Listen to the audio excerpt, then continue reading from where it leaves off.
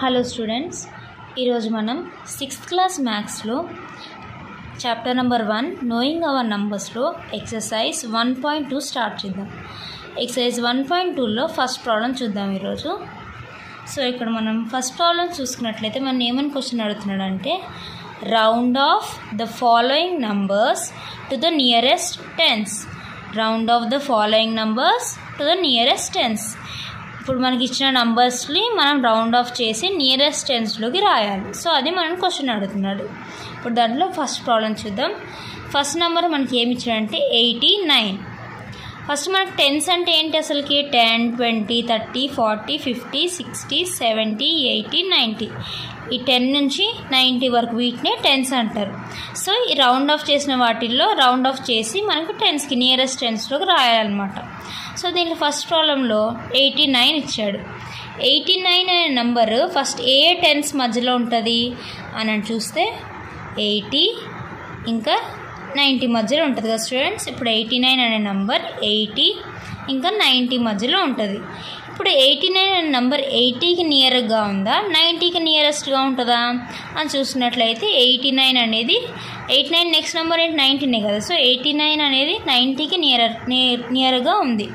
So 89కి nearest number ఏది అంటే 90. So 89కి nearest tense ఏది 90నా 80నా అంటే 90.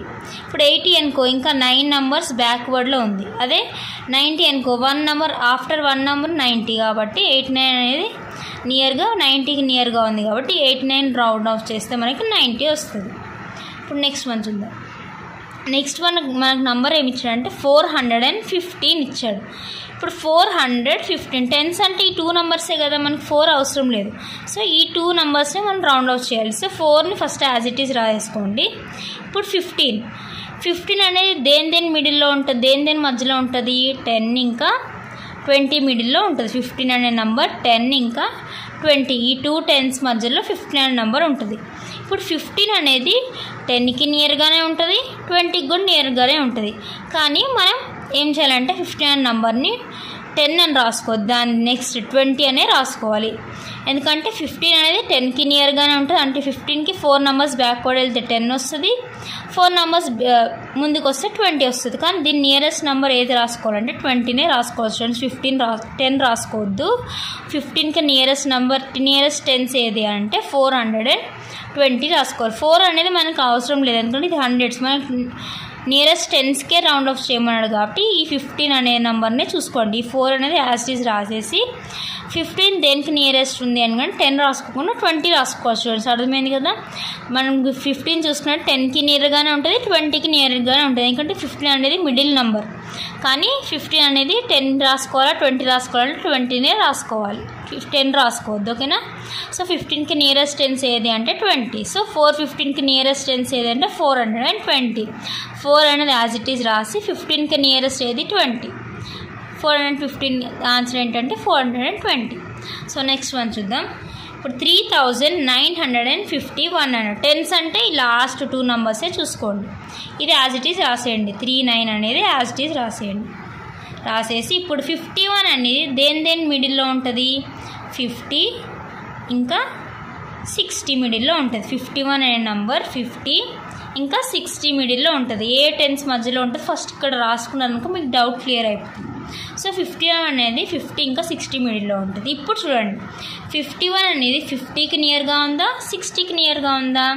51కి బిఫోర్ నెంబరే 50. అదే 60 చూసుకున్నాం అనుకో ఇంకా 9 నెంబర్స్ ముందుకు వెళ్తే కానీ 60 రాదు. సో దీనికి ఏది 51కి నియర్గా ఏది ఉంది 50నా 60నా అంటే 50. సో ఇక్కడ 50 రాసుకోండి. సో 3951ని round off to nearest tens అంటే ఆన్సర్ ఏమొస్తుందంటే 3950. అర్థమైంది కదా స్టూడెంట్స్, 3950. నెక్స్ట్ వన్ చూద్దాం. ఇక్కడ నెంబర్ ఏమి ఇచ్చాడంటే 4409 ఇచ్చాడు.